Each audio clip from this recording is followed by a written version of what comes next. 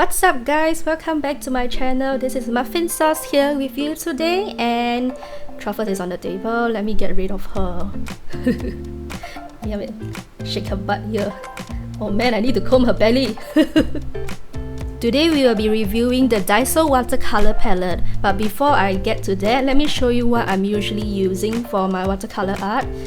This is a makeshift palette that you can actually get like an empty pen and casing. So all these colors are bought individually and they don't come cheap, so I'm gonna just put it aside. And this is the Daiso Watercolor palette. You can get it for $2 which is equivalent to $1.46 in USD, so it's very cheap and it's good enough for beginners. You know, you don't really need such an expensive watercolor palette to try.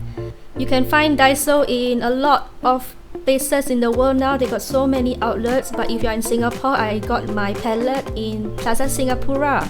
It comes with a brush too, and this is actually the new version. The older version has a very crappy brush which I always throw away. So this new brush seems pretty good quality actually, and I've decided to try it out. For the outline, I'm going to use a Sakura Micron pen. It's in size 05 and it says archival ink and it's waterproof. So you want to find a waterproof ink for watercolor, if not your ink will smudge. And you would want to be careful with the pressure when you draw with the Micron pen, because the nib might go inward and you won't be able to use it again. Look at that fragile nib. Now I'm going to proceed to draw the outline of my illustration on the sketchbook.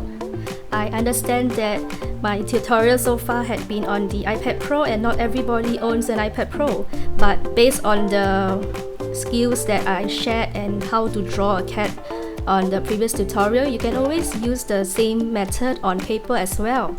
So instead of like an iPad, you're drawing on a piece of paper, and if you are planning to do watercolor, it's best to get a thick paper or a watercolor paper. So my current sketchbook is watercolor paper. It's 300 GSM and it's a lot thicker than your normal photocopying paper. I know most artists actually sketch out and plan what they want to draw on their sketchbook or whatever they are using before they actually ink and start painting, but I kind of work differently. I just draw whatever comes into mind, and that's like the beauty of doodling, I guess.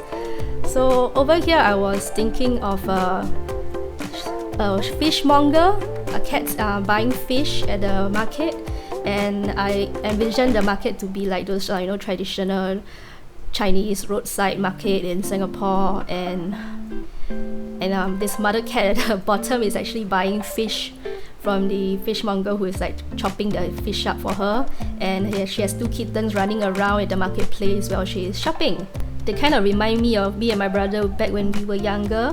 My mom would do her marketing while we run around and play catch while people are busy doing their marketing. Okay, now I'm done with the sketch and I'm going to proceed to watercolor.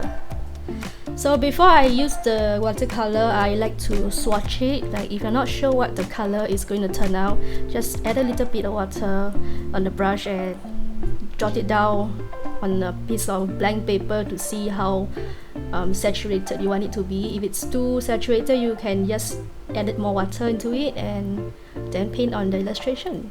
As you can see, the ink is not smudging away because it's waterproof, and that's a very important factor if you want to use watercolor.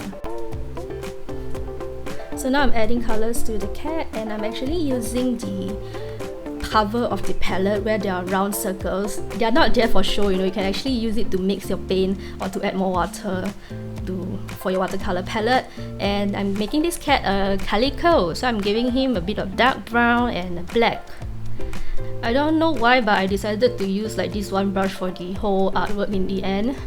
And yeah, for watercolor, if you want to use this brush, you need to get a cup of water where you can wash your brush, and a piece of tissue paper or cloth to dab it if it's too wet. And before changing to a different color on my brush, I have to wash it, clean and dab it dry on the tissue before using it on another color.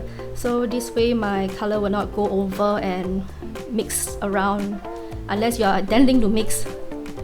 So I have no plan at all what I'm doing, and I'm using like a fish. I'm using the same blue for like the eyes because the the dead fish are placed on ice in wet market, and I wanted to use the same blue, but to make it lighter I added more water. So actually I use same color, but I just add more water to make it lighter.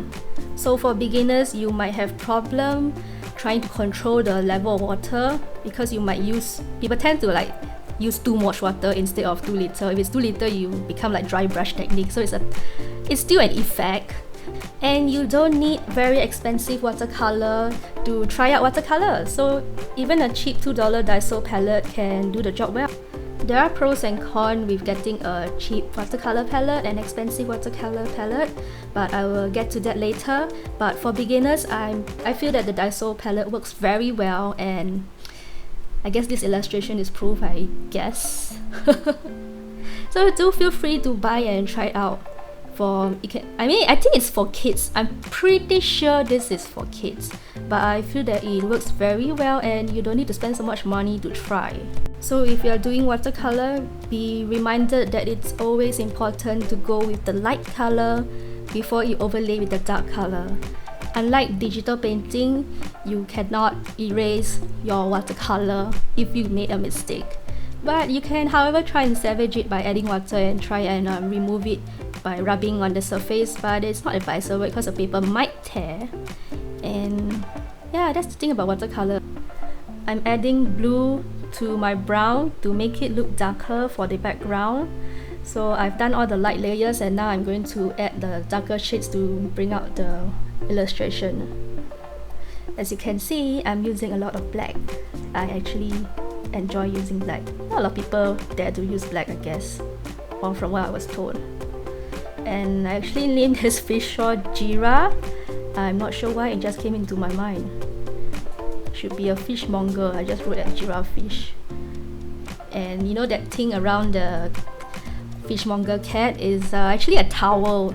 So if you come to the wet market in like Asia, Chinatown, you can see like some men, they have towels around their neck to wipe off the sweat if they sweat. And now I'm adding some yellow to my artwork.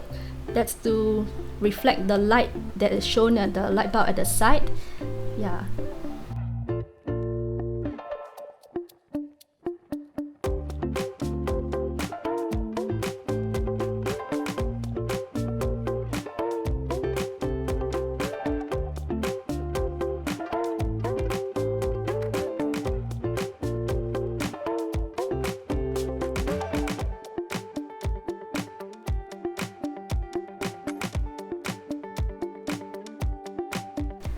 And here we have the completed artwork using just Daiso paint palette and a Micron pen. As I mentioned earlier, there are pros and cons with using a cheap and expensive watercolor, and the Daiso watercolor is actually more opaque compared to the much more expensive one. And from the whiskers of the cat, you can see that the color actually covered the line work, and there is a chalky layer over some part of the line work. So what I do usually for these cases, right, is to get your Micron pen back and trace over the chalky area. As you can see, after I trace over, you realize how dark the ink it actually is and how much lighter the paint actually made it. So yeah, that's the chalky effect of cheap watercolor paint, but there's still no harm in trying. Well, I hope you enjoyed this video review, and not really much of a tutorial, more of a review, I guess. And do send me a Instagram picture of your artwork that you have tried, and I will share it on my Instagram story. So I hope you enjoyed this video, and if you do, please leave a like and subscribe to my channel. Thank you, see you again soon.